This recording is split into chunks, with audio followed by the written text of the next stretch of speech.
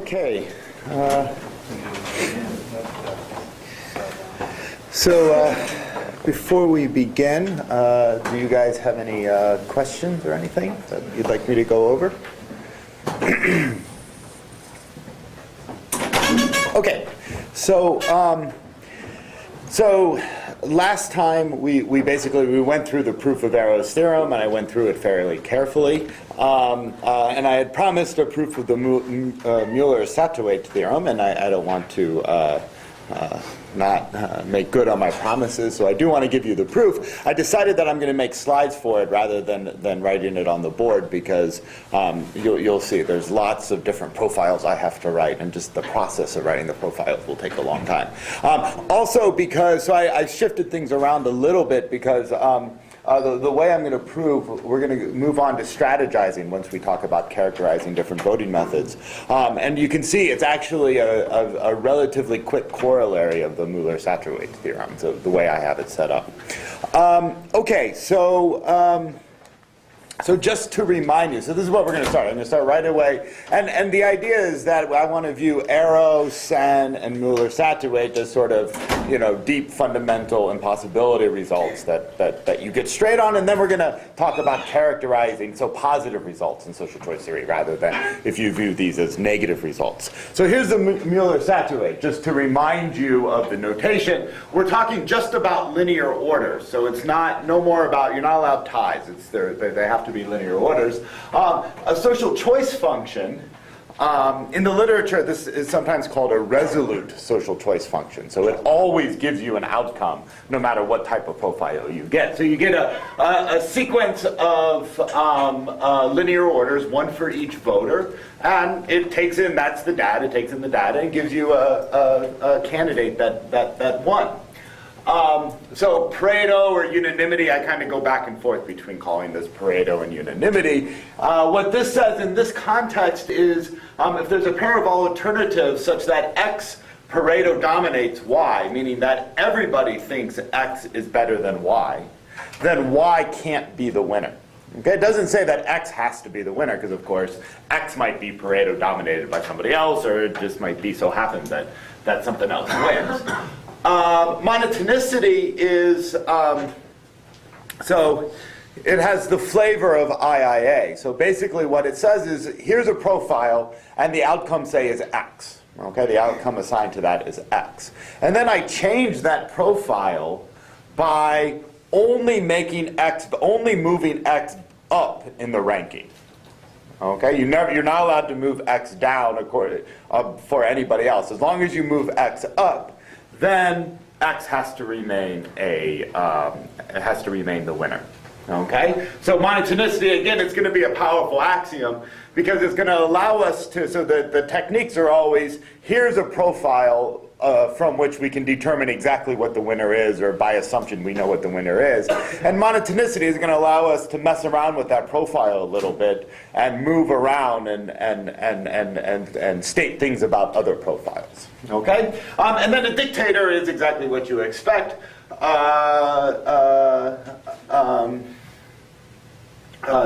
So basically a dictator is a social choice function that always selects the top choice for an individual. Okay, so we're going to prove the Mueller-Satterthwaite theorem from this lemma, and I'm following this paper by Tang and Sandholm. So it's a way of proving it, but these are sort of ideas that exist in the social choice theory literature, but it fits nicely with the way we've been thinking. So we defined what it means for a coalition to be blocking and what it means for a coalition to be winning. So blocking, so this is similar to decisiveness, and I'm using different terminology just because when we talked about decisiveness, we were talking about social welfare functions, so the outcome is an order, and here we're talking about the outcome is just a unique element, but that's the only, so other than that, they're very similar. So S being blocking means that if we're in a situation where we have everybody in S ranks A at the top, and everybody in S complement ranks A at the bottom, this is kind of the extreme case, right? This is the extreme case for A. The outcome for this ordering, so the ordering looks like this, the outcome is still A. Okay, so it's an existential statement. There exists an outcome where, or a sense of profile where we're in this setting, and I should say, and the outcome is actually equal to A. Okay? Being winning is a much stronger statement. So S is winning means that all we have to know is that A is at the top for everybody inside of S. Outside of S, we have really no idea what they're looking like. That implies, that's enough information to tell us that the winner has to be A. Okay? Then, of course, the Mueller-Satterthwaite theorem, similar to what Arrow's theorem is we're going to end up showing that the minimal winning coalition has to be a singleton. Okay? So there must be a winning coalition, essentially by Pareto forces that there has to exist at least one winning coalition. And then we can show that, that in fact, the minimal winning coalition is going to be a singleton, has to be a size 1.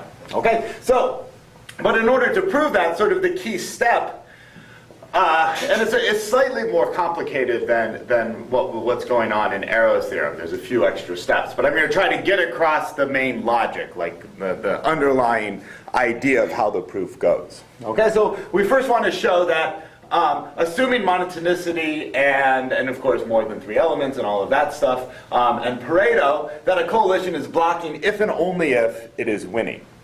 Okay, so if it's winning, then it has to be blocking. Okay, because winning is stronger than blocking. Winning says for any profile like this, the outcome has to be A. So if I pick a profile that looks like this, I just ignore what's happening over here. I know the outcome's A. Okay. So the real thing is, how do we go from blocking to winning? Okay. So to prove that, so we want to show that if S is blocking, then S is winning. Okay. So what do I have to show? Well, I want to show that if I know that B is at the top of a profile, then the outcome has to be equal to the social choice has to be B. Okay, so these are going to be the profiles of the coalition S, and this is for everybody outside of S. Okay, I didn't label it just because I couldn't quickly figure out how to get the LaTeX to work right, to look nice. So anyway, this is S, and this is the profiles in S complement. Okay, did everybody see that? Now, so what we have to show is for any profile where all we know is B is at the top, then the outcome has to be B. Okay. Now you might say, why are you fixing a specific profile? You just said you can't make any statements about what's going on over there. But here's where monotonicity is important, right? So we want to show that anything that looks like this, so I'm going to take an extreme case. So you make it, the idea is you want to make it as hard as possible for coalition S to make B the winner. Okay? So how do you do that? Well, put B at the bottom for everybody else. Because then in order I can make monotonic moves to any other profile you give me where B is at the top here. Because I can just move these B's up however I want. And, well, basically first what you do is you make all the other relative orderings look exactly the way they need to, and then you move B up as needed. Okay? So really, monotonicity, this is why I say monotonicity and IIA, these are really quite powerful axioms because they allow us to start looking at, a specific profile and reasoning about this specific profile without sort of thinking about all possible profiles. Okay, so this is where we are. So if I can show that C of this profile is equal to B, then we're going to be done. Okay, so that's what I need to do. Okay, and then we have this other profile A down here, and again, it doesn't matter where I put A because I can move A up or down as I see fit here without changing the relative ranking of B. So whatever the outcome is, if the outcome's B, then no matter where A is in that ordering, that's not going to matter. Okay, so how do we go about proving that? So this is what we want to prove. Well, we just prove it by cases. We say, well, the outcome is a function, okay? So it can either be A. If it's B, then we're done. So it can either be A or something besides A, okay, some element C. Okay, so I claim that it can't be A. Can anybody figure out why we know that the outcome can't be A? We assume it's blocking. What? Because, say that again, I'm sorry. Well, no, I think I'm wrong. We assumed S is blocking. Yeah, so we've assumed S is blocking, but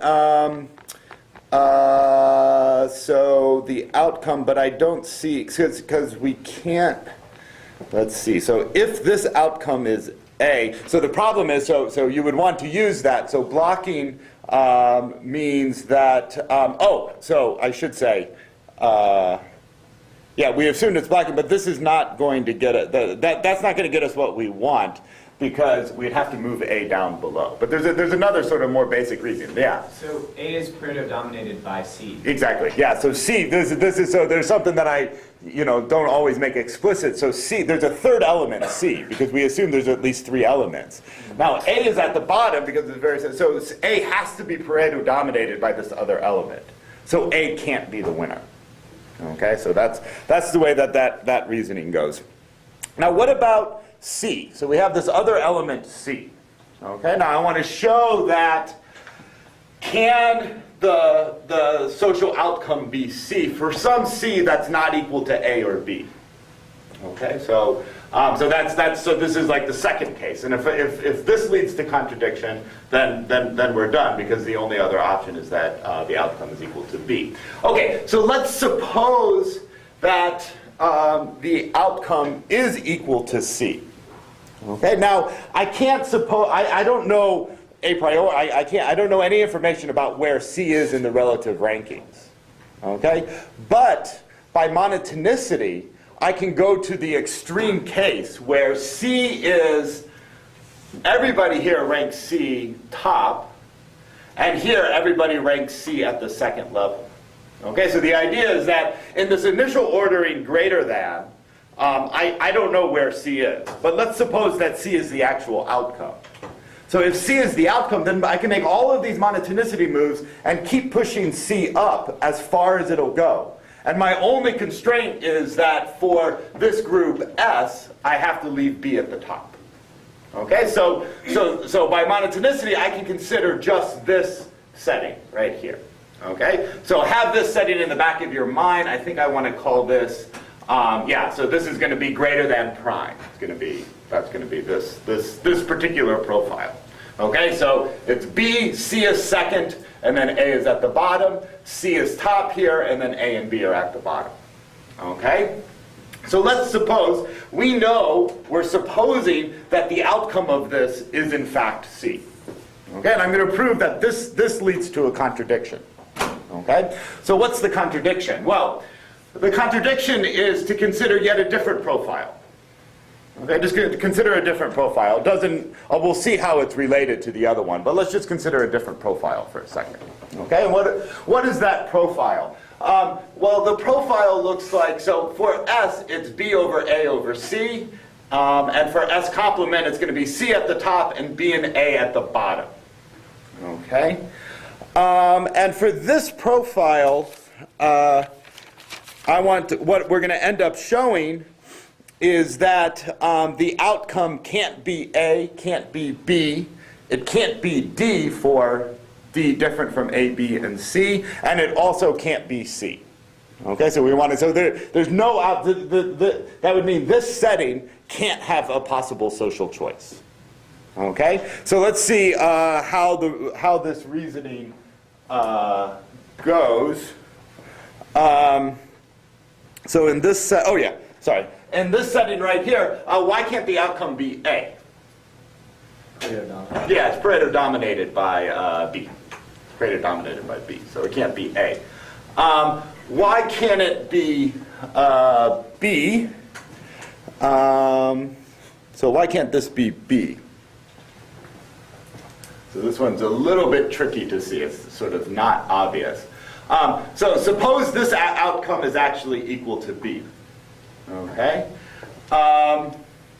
So if that outcome is actually equal to B, so what do I want to do? So I can make a monotonicity move from here. I can put C above A, and I can get to, I'm sorry, I'm probably confusing you. I can do a monotonicity, so it's by two monotonicity moves. I can transform this. Let me just make sure I get my notes right here. Okay, so I claim that this contradicts the fact that we assign the social outcome to be C of the earlier setting. So what's that saying is that there has to be a monotonicity move from this setting over to this setting over here. Yeah, because, so why is that? I'm getting confused here. Okay, there's two moves here, no, okay. This outcome is C, right? Does everybody see? So there's two moves here. This outcome is C, so what can I do? I can make A go below B, and that outcome has to be C as well. Okay, so I make that go below B, so that outcome has to be C. Then I go over here, and I say, so I'm supposing the outcome here is B. I can swap the C and the A there, and I can make that outcome, well, I do that after I've already swapped the B and the A down there, and I can make that outcome actually equal to B. So then we have a profile that clashes. Okay, so it's two moves, but it's not a direct monotonicity move from the previous one to this one. I find a third profile in between. Okay, if you don't, I mean, this is kind of, if you don't get it, just work it out and you'll get the details. So it can't be equal to B. I claim it can't be equal to D, where D is not equal to A, B, and C. So this is the same reasoning. D is in there, but it's going to be Pareto dominated by C. Okay. Now what happens if it's actually equal to C? Okay. So if it's actually equal to C, so if the outcome here is actually equal to C, here's where we need, so notice I haven't assumed yet that S is blocking. Okay, so assuming S is blocking means that, so I kind of skimmed over this. I was supposing for this outcome A, if A is at the top on S and A is at the bottom for S complement, then in that setting, the social outcome has to actually be equal to A. Okay, so if this outcome is actually equal to C, I can swap A and B. I can make A and B go over here in S, and that would contradict the fact that S is blocking. Okay, so it's a proof by cases, and it gets a little bit technical to keep track of everything, but I hope you kind of see it's sort of similar types of reasoning going on. Every possibility leads to a contradiction. So it can't actually be equal to C. So this implies C. So a different profile is equal to C, which contradicts that S is blocking. So this profile here is the one where you put this profile right where A is above B. Okay? So we're done, because it can't be A and it can't be C for C different than A and B. So S has to be winning. Well, C of this has to be equal to B, so this proves that S is in fact winning. Okay? So, we know that, now we know that S is winning. Yeah, blocking implies winning, yes. So regarding that, the reasoning that you just went through, that you can flip A and B, and that should be a monotonic transformation for C, and that's fine. Mm-hmm. How do you know that's the profile where C is blocking? Yeah, so that's good. So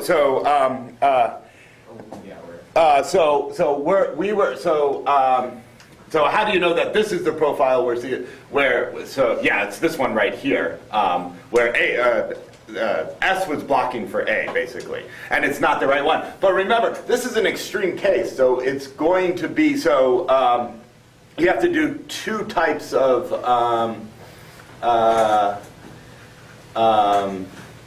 let's see.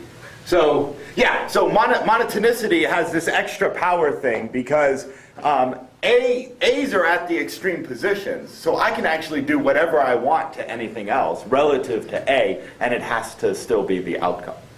Okay, you see what I'm saying now. So you always describe a monotonic moves as making A better, but if A's are always already in their extreme positions, then that means you can do whatever you want to the ordering, so you can turn it into whatever you want. But yeah, that's a good question. It's good to keep track of that. Yeah. Okay, so we know blocking implies winning. Okay. Now, to prove the Mueller-Satterweight, suppose that S is a minimal winning coalition. So we know there exists at least one winning coalition. Suppose it's the smallest one. Okay?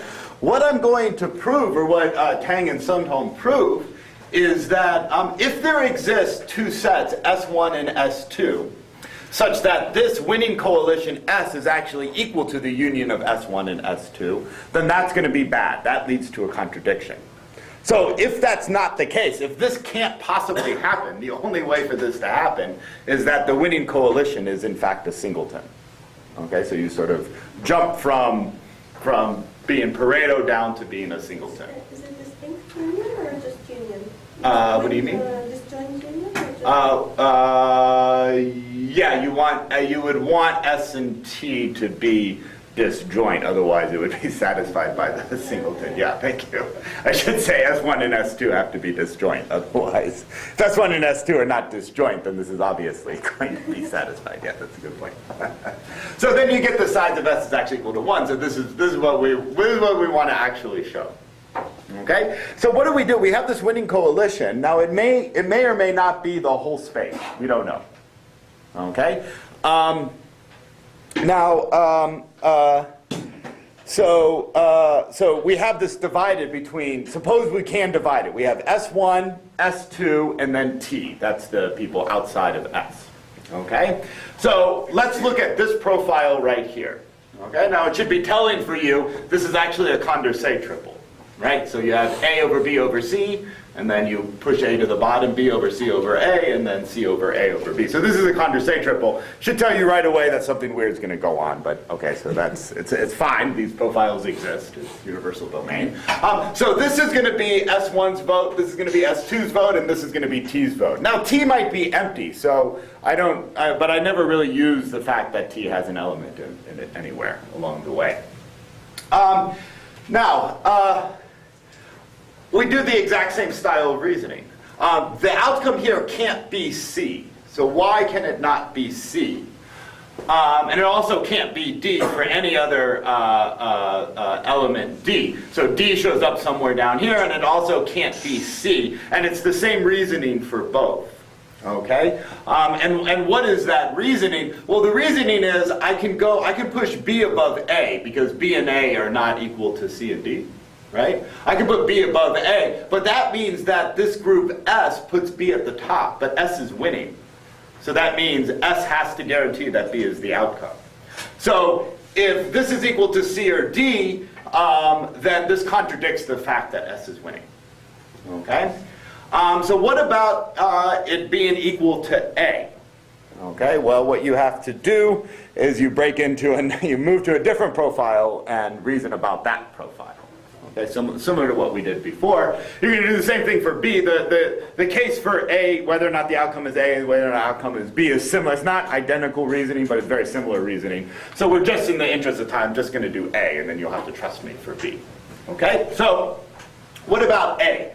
Well, what I'm going to do is I claim that, so notice what's happening here. So see the shift is only between what's happening here in S, and that's something different than A. A is already at the top. So if the outcome here is equal to A, then the outcome here has to also be equal to A. Okay? The outcome, what happens here? Yeah, so the outcome here, this is another monotonic move, right? So here I'm really using the monotonicity. A is actually increasing. It's getting more support. So the outcome has to remain A. Okay? So we now have, this outcome has to actually be A. Okay? But what does that mean? That means I found a profile where the outcome is equal to A, and these people rank A at the top, and these people rank A at the bottom. So S1 union T has to be blocking. Notice if T is empty, the same reasoning holds. I just don't need to make that extra monotonicity step at the end. Okay? You'd already, from the earlier step, already know that it's blocking. So it actually has to be winning.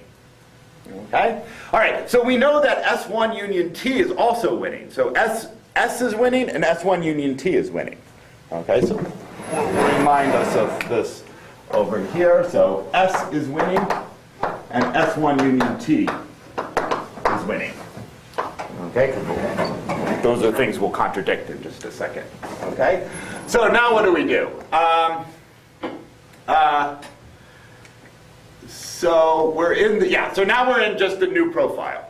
Okay, so now what you do is you go back to the drawing board, you think a little bit, you cleverly come up with a different profile that's going to cause problems. Okay, so here's the clever profile. So it looks basically the same, so A above C and then B is at the bottom, B above C, then A is at the bottom, C above B, and then A is at the bottom. And we want to claim that, that again, there cannot be any outcome associated with this profile. Okay, so now why can't the outcome actually be equal to A? Anybody see why the outcome can't be equal to A? So this is a slightly different type of reasoning, but we haven't met this yet. So let's suppose the outcome is equal to A. Okay, what does that mean? That means that this group here, S1, is blocking, right? Which means S1 is winning. But S1 is a proper subset of S, and S was assumed to be the minimal winning set. Okay, so that's you use now the fact, assuming that S was the minimal winning set. Okay, so S1 is blocking. I have it set up exactly so S1 is blocking. Blocking implies winning. S1 is winning, but now S was the minimal winning set, so so that contradicts because we know that S1 has to be a proper subset of S. Okay, why can't it be equal to B? Yeah, so B. So why can't it be equal to B? Yeah, so the reason it can't be equal to B is we can, what we can do is we can put C above A, that's a monotonic move, and we can now put C at the bottom here and swap that with A. That's also, by monotonicity, we can move. That would mean that profile, the outcome has to be equal to B. Okay, but we know that S1 union T is winning, and that contradicts S1 union T wants C to actually be winning. Okay, so that contradicts that. What about it being equal to C? So I think this is just monotonic. So suppose the outcome is actually equal to C. So I think this is going to well, I've kind of lost track right now, but you'll just trust me on this. The outcome can't be equal to C because it's going to contradict the fact that the outcome here is equal to A. At this point, I'm sure you've lost track of what that profile looks like. What I usually do is I go back then into my notes and I look and I say, oh, okay, that's a monotonic move. So you can trust me. I've done this 5 times today, so I guarantee that it actually works. Okay, you can also check me on that. Okay. Okay. So anyway, but this is not important because there's nothing new. There's no new reasoning steps here. It's the same old boring reasoning steps. And what about D here? So why can't it be equal to D? Yeah. So D is the exact same thing. So D is going to be similar to B. So D is going to be somewhere down here. But what I can do then, so since D is going to be somewhere down here, I can put C at the top here, and that would then contradict the fact that S is winning. Well, wouldn't it be Pareto dominated by C anyway? Yeah, or it's Pareto dominated by C. Yeah, thank you. Yeah, that's right. Yeah, thank you. Okay, so that's a contradiction. I mean, so what does that contradict? Again, so see that there is a substantive assumption I'm making there. It contradicts that you're making an assumption that every possible profile is assigned a social choice. Okay, that's the universal domain assumption that I'm using here. The way I have it set up for Mueller-Saturate, it's sort of built into the way I've specified the problem, because I said that it's a function from the sequence of all linear sets to a particular outcome. Okay? And then the same type of reasoning goes for B. I hope you by now trust me that okay, you can see how it's going to work. It's sort of clever, sort of different profiles, and you'll lead yourself into a contradiction. Okay? So that's the Mueller-Saturate. So let's take stock a little bit of what we have. So we have 3 impossibility results. Okay? And some of the discussion we had yesterday around sense theorem, we see that there's a little bit of, there's different ways of understanding what these different impossibility results say. But just from a formal point of view, I want you to understand what formally they're saying. You have these functions. So the idea is you have a space of functions. Those are going to be called social welfare functions or social choice functions. And you place axioms or conditions on that set of functions. So it's like what logicians would call a characterizing result. You're characterizing a particular model, a particular function. Okay? And the goal, the initial goal would be to find these very nice, very simple axioms and just see what functions you actually get. And lo and behold, actually you get only either it depends how you think of it, either you only get dictatorships or you get no functions whatsoever, if you assume that non-dictatorship is a principle. Okay? Along the way, what I've been trying to do is kind of mix in formal results with discussing just general phenomena that you notice when you look at voting methods. So these were the failure of monotonicity, the issue about whether or not you should pick a Condorcet winner versus a border winner, and so on. So you have just remember you have those phenomena in the back of your mind. And now I'm just going to kind of very quickly go over the multiple districts paradox, because it's really quite similar. The structure of it is quite similar to what's going on in the in the failure of monotonicity. Okay, and in fact, it comes from the same article by Brams and Fishburne. So here's this setting. Remember, it's the exact same number, so don't try to add. 417 plus 82 really is 499 and all that. So we have, this is the initial setting, and H wins this this vote. Okay, so H is deemed the winner. I'm using plurality with runoff. Okay, so if you don't get an absolute majority in the first round, you throw out the person with the lowest, and in the second round, you see who gets the absolute majority. Okay? However, if I took this electorate and I divided it into districts, okay, let's divide it into these 2 districts. In fact, what would happen is, the way I have it set up right here, candidate B actually wins both districts. Okay, so what that means is we should maybe think of it the other way around. Suppose we start by saying, here are the 2 districts. I've divided up my electorate in this way. So they live in the East District or either the West District. Okay? So then we run the election in each of those districts. Okay, and we check to see who the winner is. It turns out that B wins both elections. Then you say, oh, well, that was just a pre-election. We don't really have districts here. Let's put everybody together. And then you run the election. And then what happens is, in fact, H wins both districts.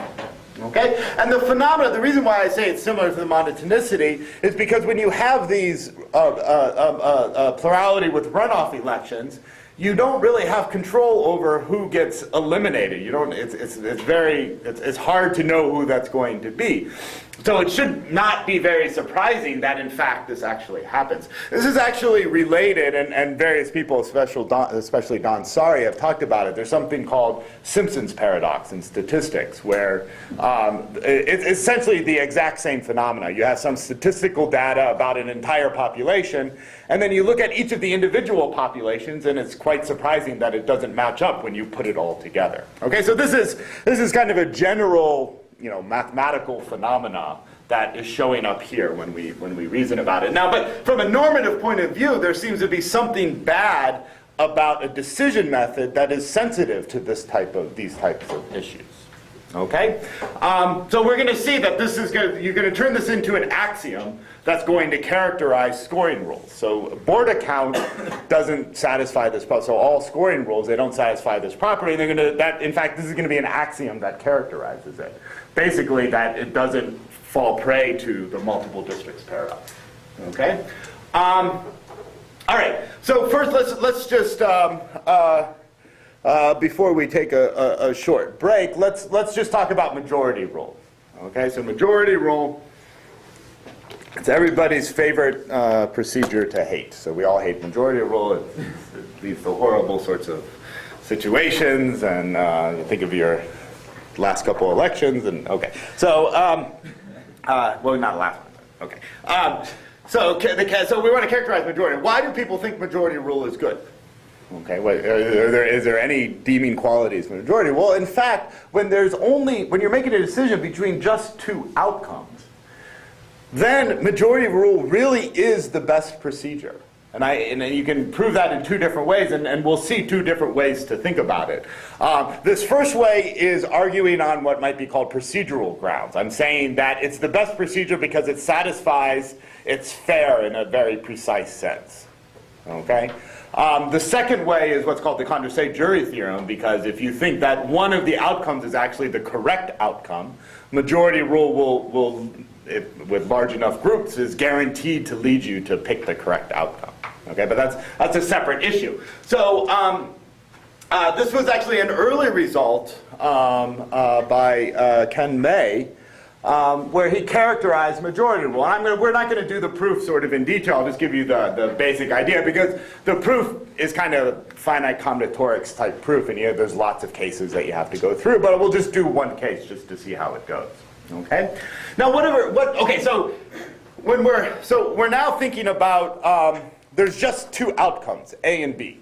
Okay, or do I call it X and Y, or A and B? Okay, it doesn't matter, right? And I'm going to allow the voters to either rank A above B, B above A, or A and B are tied. Okay. Now, I don't really have to change notation, but in this setting, it's easier to change our notation and think of functions as mapping -1, 0, and 1 to -1, 0, and 1. Okay, so profiles, so -1 means that B is ranked above A, 1 means that A is ranked above B, and 0 means that they're tied. Okay, of course the numbers don't really matter here. I mean, I can use 1/2, you can do whatever you want. But so I'm just going to kind of change the setting. I mean, I haven't really fundamentally changed the setting. I'm just the way I describe it, just because it's easier to state the axioms here in this way. Okay. So what are the principles that we suppose? And a lot of these are built into Arrow's theorem. So you can prove that Arrow's theorem satisfies anonymity and so on, or Arrow's setting satisfies anonymity. But the properties are unanimity, so this is Pareto. If everybody thinks that the alternative should be ranked a particular way, then that's the way they should be ranked. Okay, so if everybody assigns 1 votes 1, then that's what the outcome should be. If everybody votes 0, that's what the outcome should be. It should be -1, that's what the outcome should be. So that's what this says. So for all I and n, if vi is equal to x, then f of v is equal to x for all x in -1, 0, and 1. Okay, that's kind of the formal representation. Anonymity, the names of the voters doesn't matter. So you can permute the voters however you want, but the outcome has to remain the same. So what matters is your vote, not who you are. Okay? So pi here is just a permutation, a 1-to-1 onto function on the set of voters. Neutrality, you can describe it, I often say the names of the candidates doesn't matter, but that, I mean, that makes it sound different than what it really means. What it means is that imagine that you have people's rankings, right? And then I go through and I say, you know what? I made a mistake. Actually, Barack Obama's name is Mitt Romney, and Mitt Romney's name is Barack Obama. Right? So you keep the people the same, but you swap their names. And you do that, and everybody does that in their particular orderings, then the social outcome should be, let's say Obama wins, the social outcome then should be, if we swap his name, should be Mitt Romney. Okay? So, but you can state this very nicely. F is going to be a symmetric function. So f of negative v has to be negative f of v.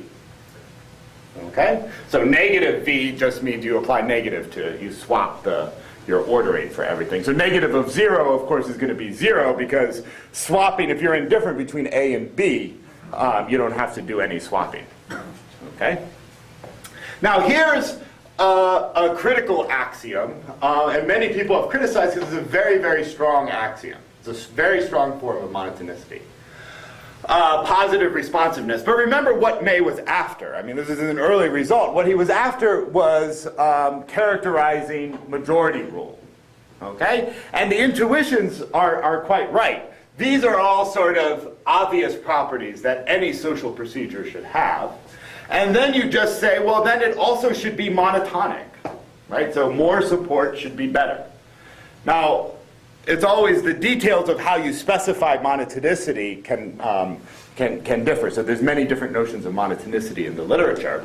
The notion here is, it's a little complicated to state, but it's very simple. Suppose that you have a sequence of votes, and the outcome is either 0 or 1. That means either A and B tied, or A is ranked above B. Okay? Then I move to a different sequence of votes, and there is at least one person that changed their mind, that went up from 0 to 1, or, and this is partly why it's so strong, went up from negative 1 to 0. Okay? In that case, the outcome has to be 1, so A has to win. Okay? Now, it makes a lot of sense if you imagine a person who's indifferent between A and B deciding, you know what, I like A above B, then that should swap the outcome to be equal to A. What perhaps is a little bit more surprising is if the person's thinking A is ranked below B and then says, you know what, I really think A and B are actually equal. Okay? But so the intuition that May has, I mean, I personally think it's a strong axiom in general, and there are other characterizations, we'll talk about it. But the intuition is that being indifferent over A over B is like giving a vote to both A and B. Now you might say somehow that being indifferent of A over B should be splitting the vote between A and B, or maybe not voting for A and B, so it depends on your intuition. But May's intuition here, at least this axiom, is that splitting or being indifferent between A and B means I give one vote to A and one vote to B, essentially. Okay, or you can think of splitting it. So these axioms guarantee that it has to be majority rule.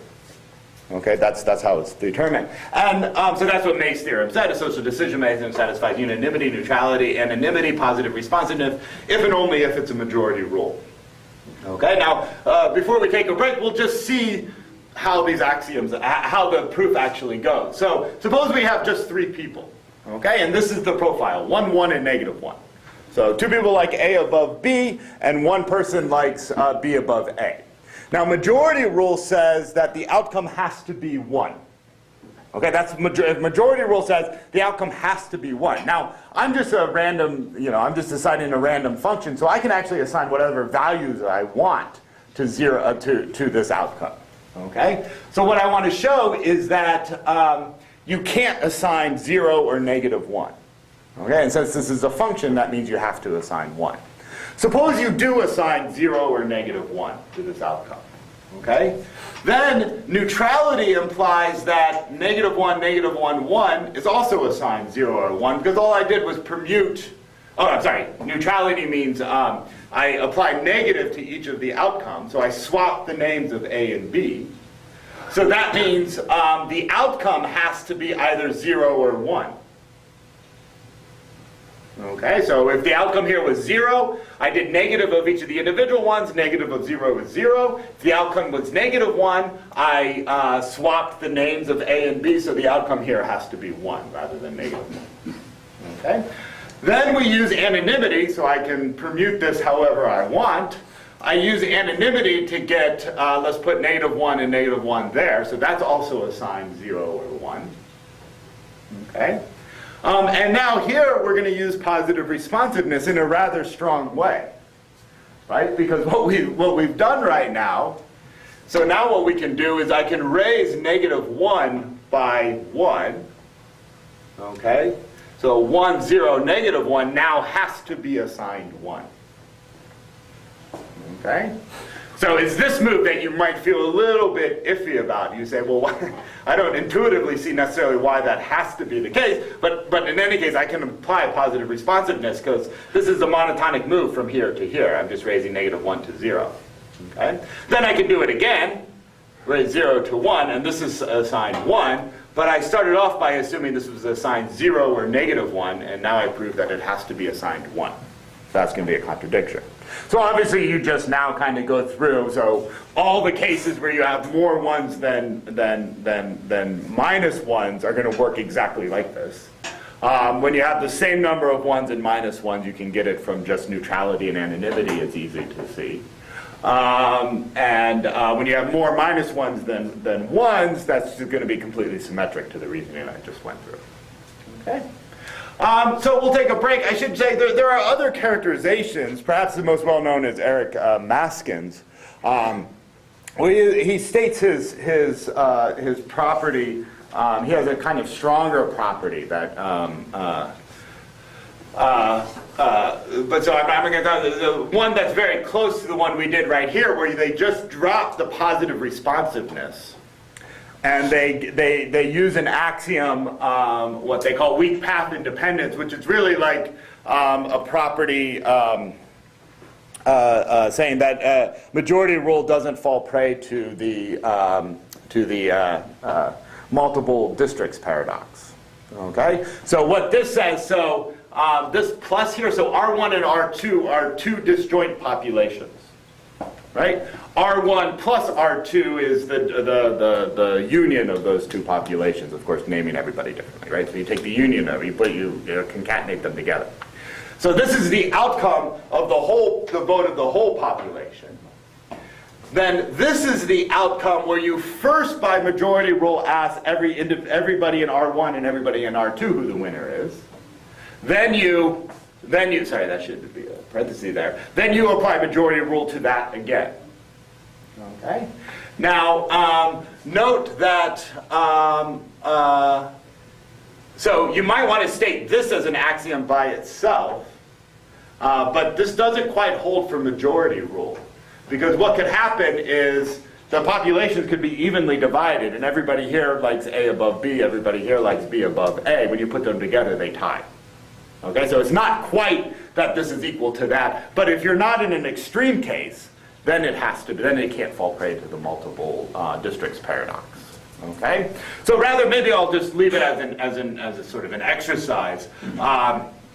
So rather than going through the proof, because it's really quite simple, it's basically the same style of reasoning, but you can actually show that you get majority rule if you assume this in place of positive responsiveness. Okay? All right, let's take a short 4 minutes and 32-second break, and then we will continue.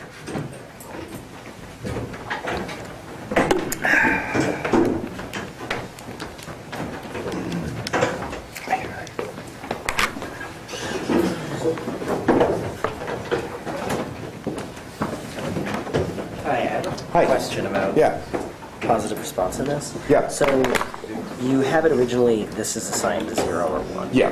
And then this one goes up by 2 points. No, 1 point. Negative 1 plus 1. -1 Yeah, to yeah. It's not that. It's just. I mean, 1 is. I mean, Right. that's why it's useful. So it goes up by 1. So it goes up by 1. Yeah, and then So- it has to be assigned 1. So what positive responsiveness says is,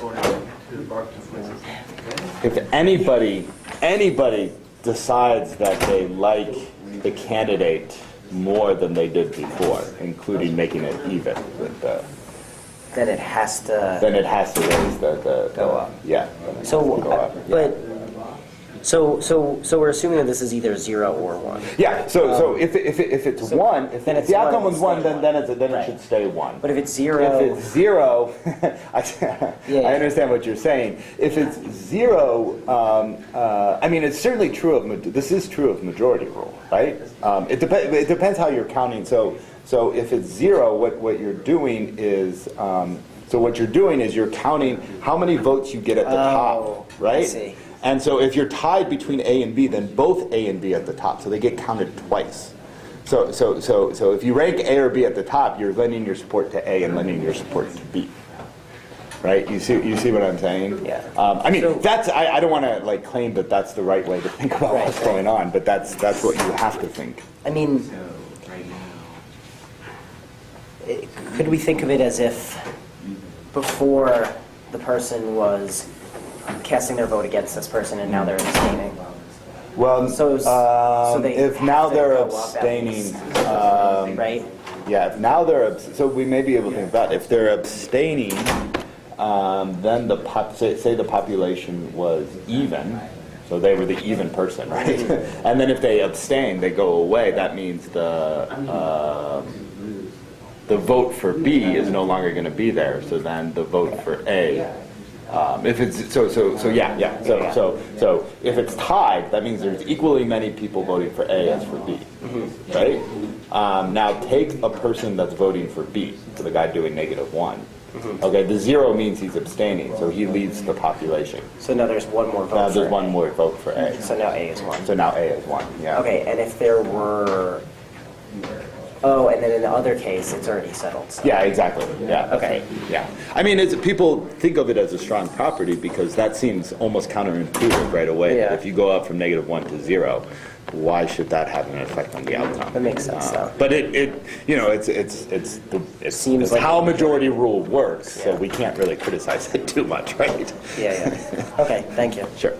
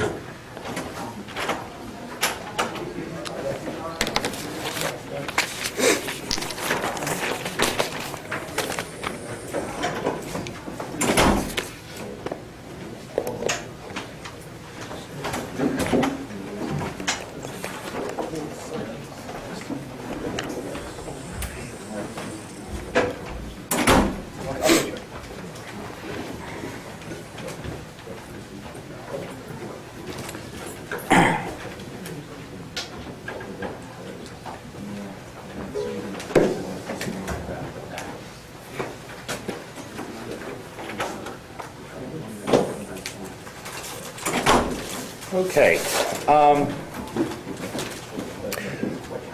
So do you guys have any questions, first of all, before I go on here? So hopefully it's pretty clear.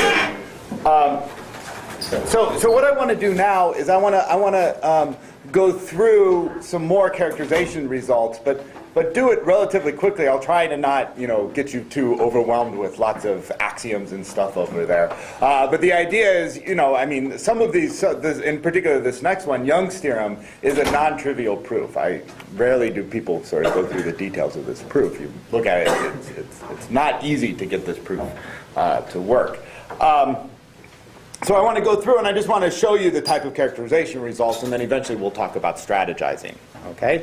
So Young's theorem, he wants to characterize all scoring rules. So remember what a scoring rule is. Board account is an example of a scoring rule, but so board account has an assumption that all the scores have to be different, and they have to differ by 1.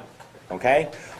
Majority rule you can also think of as a scoring rule. It's just you assign 1 to the top your top candidate and 0 to everybody else. You can have a fixed vote for K, where you assign 1 to the top K candidates and 0 to everything else. Those are all examples of scoring rules. You can also have the scores be very different. You can allow one scoring rule to assign 100 points to to the first candidate and 3 points to the second candidate, 2 points to the third, and so on. Okay? So the only restriction you want on what a scoring rule is, and they're all calculated in the same way, is the scores you assign to people ranked at certain levels, they have to be weekly linearly ordered. The top person has to assign a score. It has to be greater than or equal to the score you assign the second person.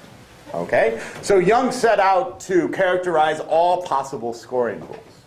Okay? His first axiom is reinforcement. And reinforcement is just you don't fall prey to the multiple elections paradox. If you have two disjoint societies, or two disjoint voters, so let WX be the winners for X and WY be the winners for Y. If there is some overlap between the winners, then the winners for the entire population has to be everybody in W of X intersection W of Y. Okay? So this is in a slightly more general setting where you allow for ties and so on. Okay? So that's what the reinforcement is. Continuity is kind of a technical condition, but it makes a lot of sense here. Yeah? So with reinforcement, so what if one of the groups is much, much bigger than the other group, and the bigger group says A, B, C should be the joint winners, and the smaller group says just A? Oh, I see what you're saying. So the winners and the smaller group says just A. Let's see. So X and Y are disjoint sets of voters. W. I think we'd have to. So if the big group says A, B, and C are tied, so think of majority rule, right? Majority rule is very sensitive too. So it gives a lot of weight to a small group. Right? So if majority rule says A, B, and then one other person comes in and says, hey, I like A, then A is actually going to win over the total outcome. It would not win by a landslide, but win by a little bit. So this has a little bit of, it's contra to some sort of intuition you have about the powers that each group should have. But that's not, so this is kind of you're looking from the outside as the social planner and just asking what's fair from the outside. From the inside, as a voting group, I would be quite annoyed if this little group came in and said, oh, it's going to be A. This is a topic I actually decided not to, there's formal work about how much voting power a group actually has, and you can make that precise. So I mean, that's a good point, but it's an axiom that scoring rules satisfy. Okay? This actually, so what continuity says is very similar to what you are saying. So continuity says, and the reason why he calls it continuity is because of the way he's proving it. What it means is that you have this group and they like X. A group of voters X, like A, and a disjointed group of voters like B. And even if when you put it together, B's the winner, I may have gotten it back and forth. So even when you put it together, B's the winner, what you can do is you can make, there's always going to be some number where you can make multiple copies of the group X such that A turns out to be the winner. Okay, so if I like Obama, if you make enough copies of me and throw me out into the election, then Obama's actually going to win. Okay, so it's a technical condition. I mean, if you want to say what's the normative forces, I mean, it's a technical condition that these rules have to satisfy, right, to get the sort of numbers to add up. So Young proved that a social decision method satisfies anonymity, neutrality, reinforcements, and continuity if and only if it's a scoring rule. Okay, so the fact that a scoring rule satisfies this, you've already sort of seen that it has to be true. The other direction is, like I said, not trivial. Okay, but it's fun here. If you like discrete mathematics, it's a nice paper to look at. So what about border count? So border count is a scoring rule. So it's satisfied here. But maybe we would like to distinguish border count from the other types of scoring rules. Okay? And various people have done that. I don't have a complete list. In fact, I don't quote here Don Sari, who has many books on why that. And the reason I don't quote Don Sari here is because his books, he's using a different framework, and he has a different way of thinking about voting. Okay? But we have, okay, so Young has a characterization, Nitzan and Rubinstein, and this is from Rubinstein's, Nitzan and Rubinstein's paper. What you add on top of that, so basically you do reinforcement, and I think you don't need continuity, but you need something probably similar to continuity. You have neutrality and so on, but you add this extra condition right here, which is this cancellation idea. So this cancellation idea is exactly what we talked about yesterday when we said, should the Condorcet winner actually win? And I took the group and I divided it out into these three subgroups. And we saw that there were certain groups where I said they canceled each other out.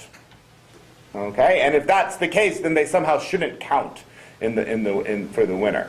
Okay? So cancellation sort of makes that idea precise. Let NAB be the set of agents that think A is ranked above B. Actually, I should say the number of agents, because the names don't matter. It's the number of agents that rank A above B.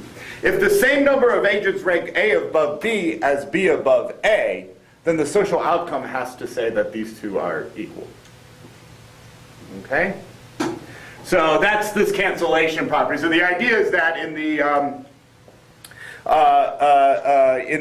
so you kind of use that part to say that the part of the electorate so if you're in a Condorcet triple, then all the outcomes have to be ranked exactly the same. So they're going to sort of they'll all be tied, and then what's left over is going to get the appropriate winner. Okay, I'm not really telling you how the proof goes, but that's the idea of the axiom. Okay, I just want to say a little bit about approval voting. And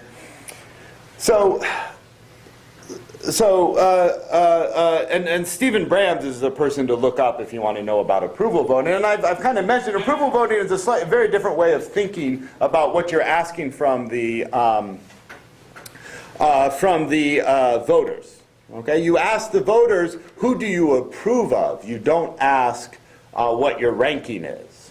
Okay, so setting up the formal framework to do it requires you need to set things up slightly differently. Okay, but let's just see here. So one thing that Brams notes when he talks about approval voting is there's going to be no fixed rule that is guaranteed to elect a Condorcet winner.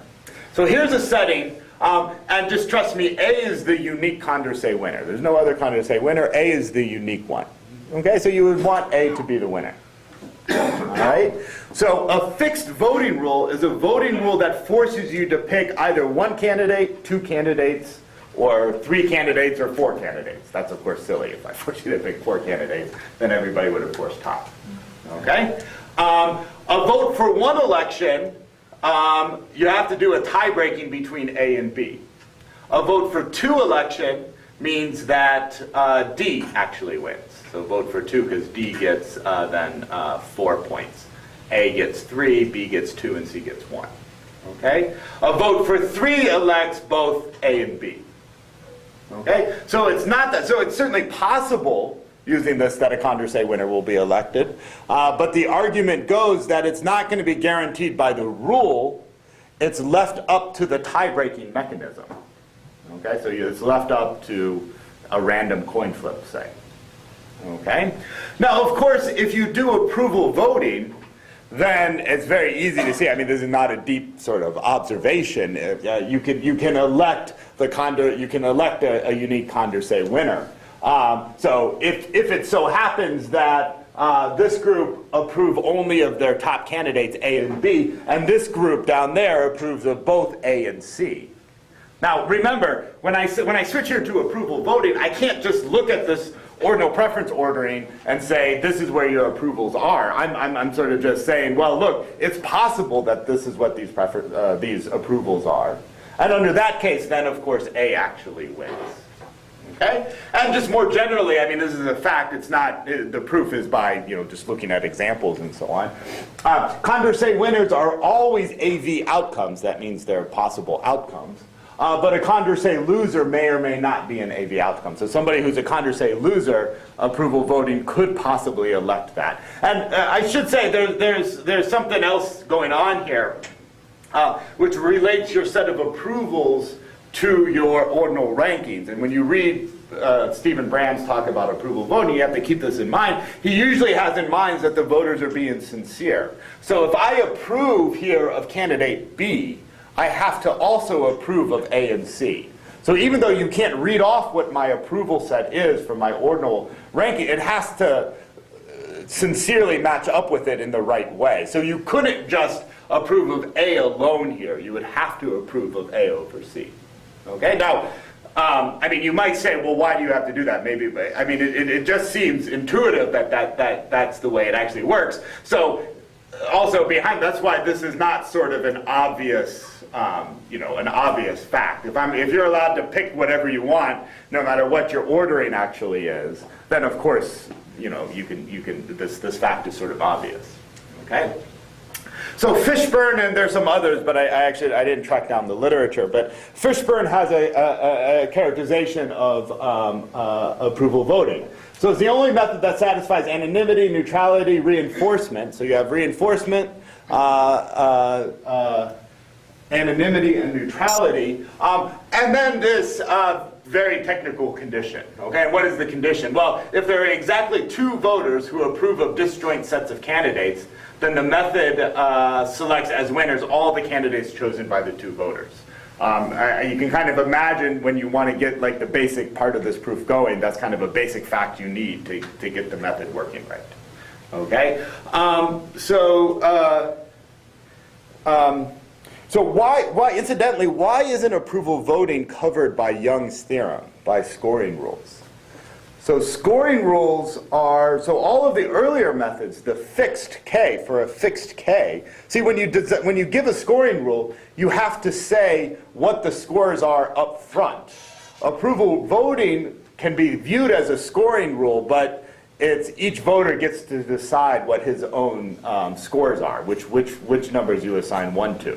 Okay, so this is why approval voting doesn't fit into that setting. So you need a separate style of proof. So this proof is not quite as complicated.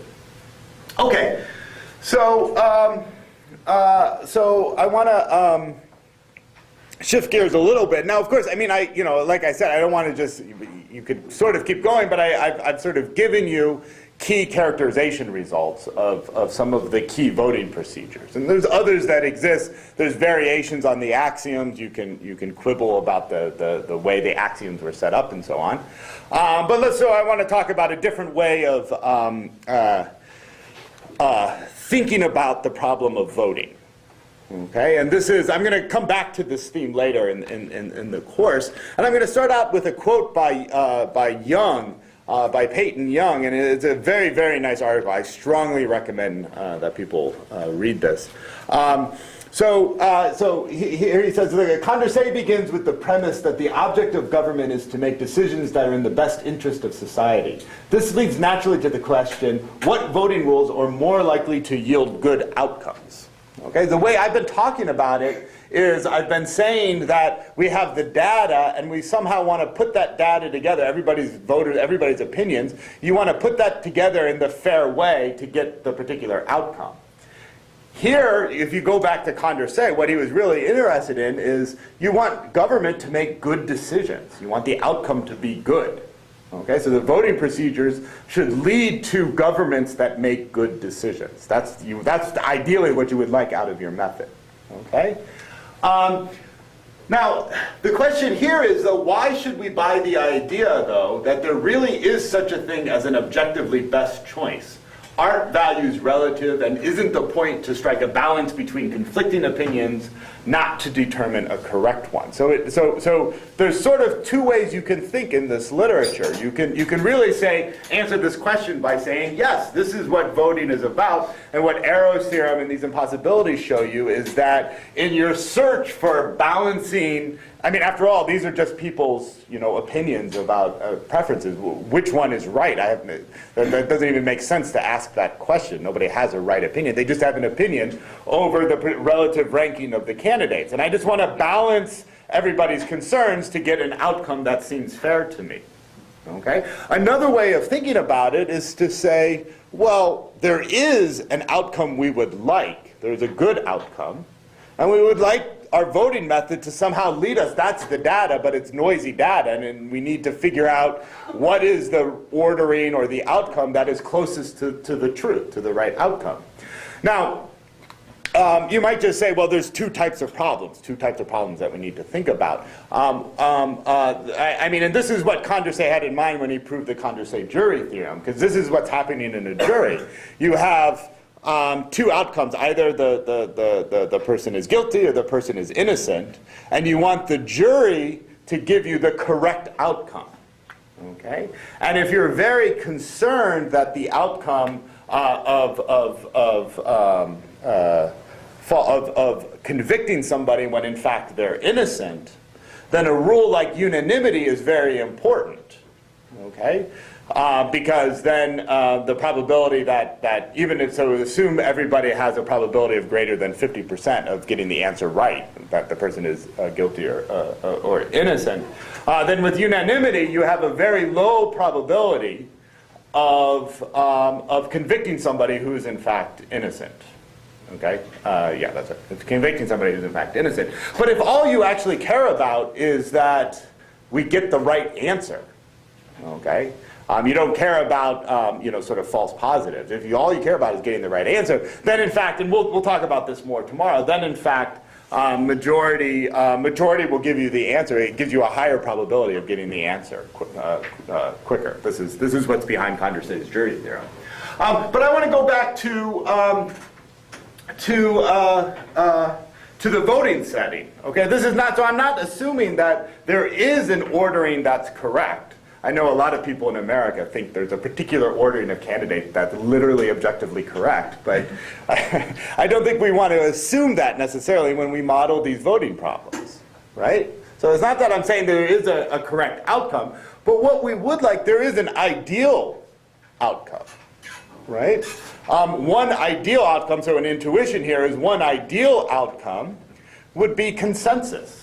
That is sort of the ideal that we would want. Wouldn't it be wonderful if everybody in America voted exactly the same way? And we wouldn't have any, well, no, we'd probably still have problems. So you have outcome, that's consensus. So you can treat that as almost like the objective fact. That's an objective. And then there's many ways to reach consensus, and of course that changes the problem, who should you reach consensus on and so on. But So the goal here, but consensus is the compromise position. That is a good compromise position. And then the question becomes that we want to find a profile that sort of reflects the opinions, but is as close to consensus as you possibly want. So the question, now the question becomes, how can we measure the difference between profiles? So here's one profile and here's another profile. How far apart are they? Okay, now in principle, there could be lots of ways of measuring distance. And in fact, there are. I'm going to just go through a sort of a classic measurement by Kemeny. So the Kemeny metric is, so if R and R prime are two rankings, the distance between them is the number of pairs of alternatives on which they differ. So it's just how different they are. Okay, it's similar to the Hamming distance. You have to, it's just how different they actually are. Okay? So for example, if you rank A above B above C above D, and D above A above B above C, then the difference between those, the number of pairs in which they differ, is 3. So they don't differ on A and B. They do differ on D and A, and on, does everybody else see? So they do differ on D and A. D and B. D and B, thank you, and there should be another one. C and C. C and D, yeah, exactly. Yeah, and they differ on C and D, and they don't differ on anything else. But Okay. so it doesn't say anything on how much they differ. Like, Well, so what do you mean, how like much? in between a pair of alternatives. So between. Oh, yeah, okay, I see what you're saying. It's not specifying, like, if A and C is close here, Yeah. but C and A is really far apart here. Yeah, you're ignoring that. All you care is about ordinal information. In fact, I would say in this setting, you probably should ignore that. No, I think you should ignore it, because remember, this is ordinal information. So if you admit something like that, then you would want to say, well, I really need, it could be, if this guy really likes A above B, like really likes A a lot, but this guy only sort of a little bit likes the opposite. Imagine this was opposite. So that's kind of bringing in some cardinal type reasoning when you talk about how much. That's bringing in cardinal reasoning, which you shouldn't do. But that's not to say that this is the only distance out there. In fact, there's lots of distance measures out there, and different ones will give you different results. And so this one is actually equal to 4. So you can ask, well, let's just skip that. I mean, there's just a comment about distances. So we can use the notion of distance to characterize different voting procedures. So this is a paper by Nissan. So the idea is you want to minimize the distance to consensus. Okay? So let P1 up to Pn be a sequence of linear orders on X. For each candidate X, let U of X be the set of all profiles where X is the unanimous choice. So relative to X, that's the candidate that everybody agrees on. And there's, of course, many ways in which they can agree, because all you care about is that X is ranked to the top. You don't care about what's happening at the bottom. Okay? P in U of X, then it is unanimous that X should be the winner. X is a relative unanimous winner, provided the distance between P and U of X is no larger than the distance between P and U of Y for all other alternatives Y. Okay? So P here is a profile. It's going to be a sequence of linear orders, right?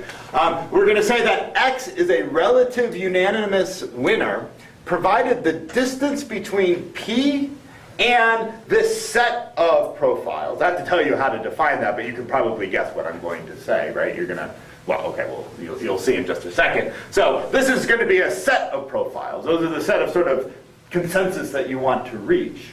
The distance between P and U of X is not going to be any larger than the distance between P and another candidate, which could be consensus. So the idea is you look at this profile P, and you ask yourself the question, if candidate X was unanimously agreed on by everybody, how long would it take me to change that profile into one in which X is the unanimous winner? Then you do that for candidate Y and candidate Z and everybody. And the one that's declared the winner is the one where it takes you the fewer steps to transform the profile into one in which there's a consensus. Okay? So here I'm going to be a bit more formal. So Pi and Qi are two linear orderings. What you want to do is you want to count the number of pairs in which they differ. But if you just state it that way, if in P you rank X above Y, and in Q you rank Y above X, when you're comparing X and Y and X, you're going to count that twice. So you should really only count that once. Okay? So you have to take that, multiply that by a half. Then, of course, to measure the distance between profiles, just add up the distances between you just do it point-wise, add up the distance between everybody's own linear orderings. And then this is standard from, topology, any sort of way of defining distance between a point and a set. You just take the minimum distance from D to any element in that set. Okay? Then U star of X, forget why I labeled that star. But okay, anyway, U star of X is going to be the set of all profiles that minimizes this distance. And this should be for all Y rather than for all X. Right? So you just minimize this distance measure right here. Okay? So here's a fact. So you can characterize Borda rule in this way. An alternative X has the highest Borda score if and only if it's the relative unanimous winner. Okay, so I've characterized here the Borda score, the Borda count, by saying it's the one that minimizes, so it picks out the candidate that minimizes the amount of changes you need to make that candidate the unanimous winner. So you can kind of think of it, it's as close to consensus as you could possibly get. Very roughly what it is. Okay? So are there any questions on that? I think I'm going to not do the proof because I want to get through Gibbert-Satterthwaite theorem. Or at least get to it. But that's the idea. The proof really is not hard. It's just you write down the definitions and do a little bit of algebra and it all works out. Isn't it? All math's kind of like this. You can also characterize majority rule, but this is almost a little bit silly, but it's sort of obvious that it works. So P and Q are distant 0 if the tops are the same, and 1 if they're different. Okay, but so of course this is going to characterize majority rule because you built it into the definition of distance that, that's what you're doing. Okay, I want to talk about strategizing a bit. We may not get through all of this, but that's okay. So we've characterized a lot of scoring rules, and now I want to talk about just some sort of general phenomena before we get to the main result. So here we have manipulation. So it's long been noted that a voter can achieve a preferred election outcome by misrepresenting his actual preferences. So everything I've been talking about, I mean, we've been doing sort of abstract characterization theorems, but underlying that, you're assuming that the voters have some preferences, and those are what they're gonna use those preferences to say what it is that they who they want to vote for. But already Lewis Carroll, C.L. Dodgson, refers to the voters' tendency to adopt a principle of voting which makes it a game of skill rather than a real test of the wishes of the elector. And that in his opinion, it would be better for elections to be decided according to the wishes of the majority than those who happen to be more skilled at the game. Okay, so there seems to be a tension here that, I mean, it didn't sort of start with Gibbert-Satterthwaite. It started with earlier observations that you can sort of manipulate a voting procedure by saying you like this candidate more than this candidate because you know something about how other people are going to vote. Okay? So this is taken, so there's a very nice book on this by Social Choice and the Mathematics of Manipulation by Alan Taylor. I have a link to it on the website. I strongly recommend it. So this is all about strategizing in social choice theory. So here I'll just give you a few examples of types of strategizing you can do. And we'll go through these relatively quickly because they're not that hard. So note here, candidate B is unanimously preferred to candidate D. Okay? And suppose, though, that you really want candidate D to be elected for whatever reason. I don't know why, because candidate D is not ranked very high. But suppose that these two people somehow, they really don't like B. So they for whatever reason you want candidate D. Actually, it doesn't make sense inside the group. You're the chair of the department, and you really want D to be the outcome. Okay?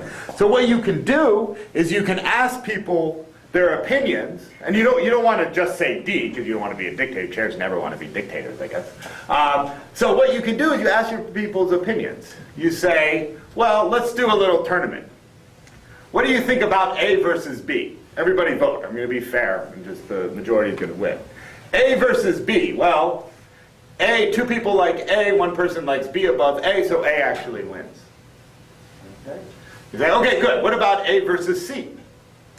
All right, well, two people like C, and one person likes A above C, so C actually wins. You say, okay, taking care of all of that. What about C versus D? Okay, you guys, it's what you want. D actually is the winner. Okay, when they come back to complain, you say, I was perfectly fair, I didn't do anything. Of course, the randomness here, the manipulation is in how you set the agenda, the order in which you set the agenda. Okay, and this is, there's lots of phenomena that you can do like that. Borda count is another example of something that you can easily manipulate. So here, the Borda winner is A. You can kind of see that because A, 3 people here, and so A gets top points and second point here. So A is the clear border winner.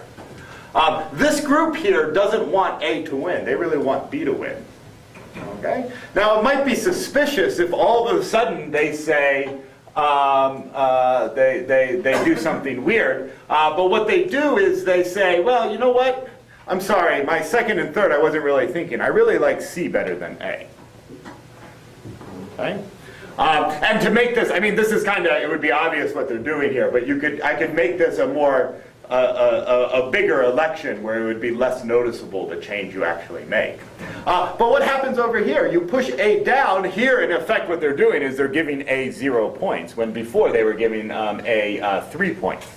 So you took 3 points away from A. That's a big thing to do, and in fact, B is the actual winner here. Okay, so board account, Keith Dowding and Martin von Hayes called In Praise of Manipulation. And you know, you often quote here, so I'm not going through the example because I assume most of you know the example of the 2000 election, right? So the 2000 US election, you had lots of people voting for Nader. Well, they were Nader supporters, but they voted for Gore instead. So you might say what they were doing was strategizing. And strategizing is bad if we listen to what the Darkson argument is, because it should not be a game of skill. You should just communicate your preferences, and it should all work out. But there's another way to think about what was going on there. People had some information about how other people were going to vote.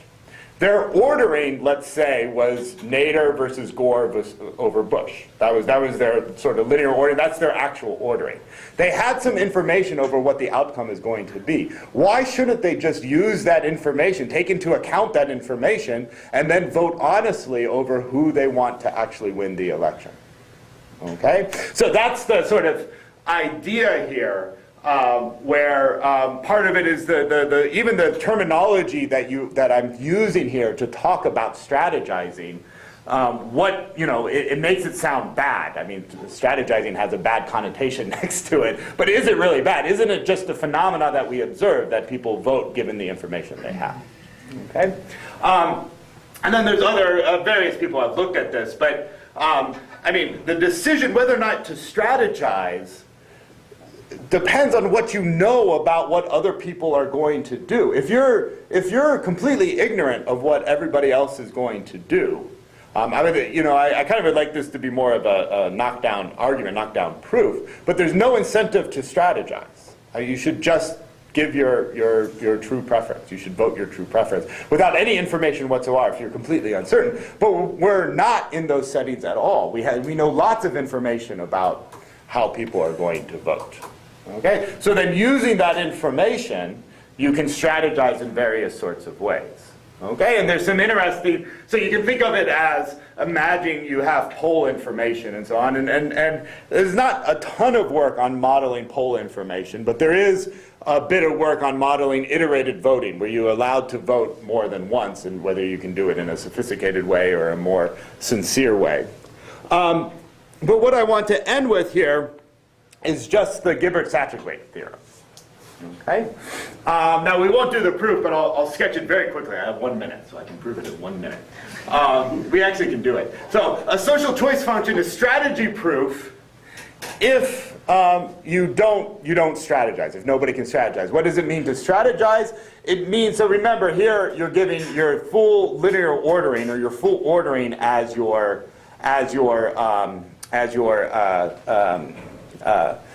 vote here, right? Okay? So strategizing means that you have one order. So in the particular profile, which you think of as the true preferences, a candidate or a voter I would rather vote a different profile, R prime. And why would he do that? Because if he voted R prime, then there would be another candidate that wins, and he prefers that candidate to the one that is currently winning. Okay? So the definition of strategy proof here, you have to know who the winner is going to be and how everybody else is voting. Okay? And what the method is, because you need to know that if you make this choice, then you'll get this particular outcome. Okay? So a fundamental result, the Gibbert-Satterthwaite theorem, says that any social choice function that satisfies 3 or more alternative, that's Pareto, and also strategy proof, must be a dictator. Okay, and how does the proof go? So now I have 0 minutes, so I can't prove it in 0 minutes, but I'll tell you what you need to do. You can actually prove that if your strategy proof, then you have to be monotonic in the sense that we use in the Mueller-Satterthwaite theorem. Okay, that's actually really not hard to see at all. But if there's more than 3 alternatives, you're Pareto and you satisfy monotonicity, then you're a dictatorship by Mueller-Satterthwaite. Okay, this is not historically how it's done, but the way I have it set up, you see it as a simple corollary of what we've done so far. Okay, so Gibber-Satterthwaite says strategizing is always there. Okay, so how can we deal with it? I'll say a little bit more about strategizing as the course goes on. Okay, so these slides will be up. Tomorrow we're going to start looking at some generalizations. We'll do some judgment aggregation, maybe talk about infinite populations, and also a little bit about the Condorcet jury theorem. Okay? Okay, see you tomorrow.